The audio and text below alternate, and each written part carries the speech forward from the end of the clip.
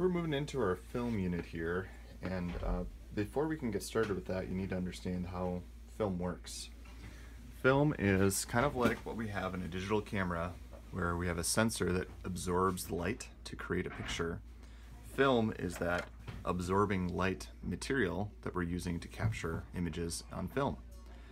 Film has little divots that are cut out within it that allow it to advance within the camera. The camera will grab those and pull the film to advance it to its next stage, and then at the end of the roll it'll use those same notches to wrap it back up inside what's called a film canister. So a film canister is a light, tight container that the film is wound up within. So after light has hit the film, it's within a dark area within the camera, so the only light that's going to hit it is what we expose through the lens. Then after it's all done and we've finished off the whole roll, it winds back up into this light tight container, and then when we go through the developing process in the darkroom, whatever has been hit with light within the film shows up as dark, and then the rest of the film shows up as clear. So this emulsion that's within it will look kind of like this before it goes through the developing process, but then after it turns clear or dark if it's been hit with light. So this whole area right here is going to be pure black after it goes through the whole process. So film is going to be placed within the cameras. It's how we capture our pictures. If you don't get the film loaded in correctly, it's going to be something that makes the whole roll not work for you, and you can't really use it. So to start with, I'm going to talk about how you load film in more older cameras. So older cameras all are a little bit different. We have a set of Canon AE1s and then an A1 and a few different other types of Canon old cameras. These are, for the most part, manual all around.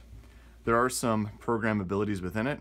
I'm not sure if they all work properly that way, but I do know that if you go full manual, you will be able to get images to work quite well through them. But even down to focusing, the whole camera is manual. So to start with, we're going to load the film in through the back side of the camera. On the top, there's a little lever that you can flip out. This is actually what we'll use to wind the film back up at the end. But if you lift that straight up, it's going to pop open the back of the camera. Sometimes you'll have to move this eyepiece over to then open it up all the way. So on the inside here, you're going to load the film canister on this side, pull the film over, insert it onto this side, and wind it in place before we close this back up again. So here's how it works. We take the film canister with the little knob sticking down, because that's the only way it will fit in. We have to lift up a little bit more on that and push it back down. Then we're going to pull this over. After that, you pull the film across, and you're going to take that film and insert it into this small section here where we've got little ridges. And it's really important that you do stick this piece of film, this little tag on the end, all the way through that little area, just like this, until it catches. So what you're going to see here is I'll advance the film a little bit and I'll see if it's caught. If it hasn't caught, I can try again. But you need to make sure that it's fully caught onto this little side piece here, because that's actually how we're going to grab the film and advance it when we're taking pictures. So on top of the camera, I'm going to make sure that I have this off of the locked position. So you can go A if you want. That way I can actually turn it and then click the shutter button to make sure that I could advance it a little bit more if I needed to. So it seems like it's wound in quite nicely. If it's not flat or flush here, we're going to have an issue where the film isn't going to advance properly or capture our images correctly. The shiny side for the film is going to face up towards you. If you happen to grab a film canister that isn't that way, we need to reset that one. It won't work properly. So after that, you'll see that I just closed it up until it clicked.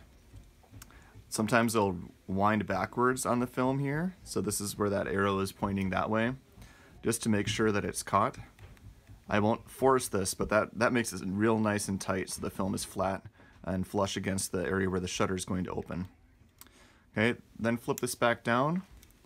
You're going to advance the film few times here. I'm just going to change this shutter so that way it goes a little bit faster. Until the number count is all the way to 1. Okay, so there's the little number count on this one. Not all of them have that. It really depends on how old the camera is. But now that film is loaded and it's all set to go. Each of the cameras operates a little bit differently, so I'll have to show you individually with which camera you get on how you operate it. One last thing to know about the film camera that's a little bit older is that, well, with any film camera, you've got to make sure the ISO matches what film you put in. So I just put a 125 ISO film in to the camera.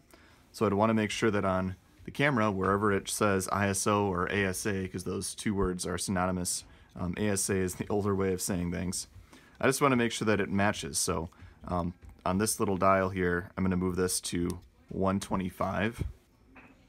Lock that in place. Otherwise my light meter is going to be off and it won't actually allow me to get a well-exposed picture with how it's telling me how it should look. So we just have 400 film and 125 film that we can use in class. Next we're going to talk about how we load in film on a modern camera. So this is a camera, late 90s, maybe early 2000s when film was still pretty prevalent. So it actually uses the same type of lenses that we can use on our digital cameras in class. So the EF mount with the red dot is something that'll fit. We can't use EFS. That was produced just for digital crop sensor cameras. So the first thing I'm going to do is just look on the back of the camera and see where my little lever is for opening the back. So I can just pull that down, open it up. You'll see we've got the little orange symbol there. That is a key indicator for us to know that that's the side that goes down. It's the same as our film cameras. So I put that on down. I'm going to pull this across. And then there's actually a little symbol here that says film, and there's an arrow on that side. So we just make sure that the film goes onto that side of that piece there. I'm going to close this up, turn it to any mode. Now it's going to start winding that film onto this side. As we start to take the pictures, it winds it back into the cassette for us. So that's going to be a little bit easier route to go. The one thing you got to do though is make sure that with either camera that you set this to the correct ISO, otherwise your light meter is going to be off. So for example, this one, I can hit this button down to the ISO and just make sure that it matches the type of film that I put in. So this film is actually a 125 film. So I'm going to make sure that I go up to 125 ISO, and then my light meter will be set correctly. So that's that for the modern camera. You just shoot your whole roll and it winds itself back in for you.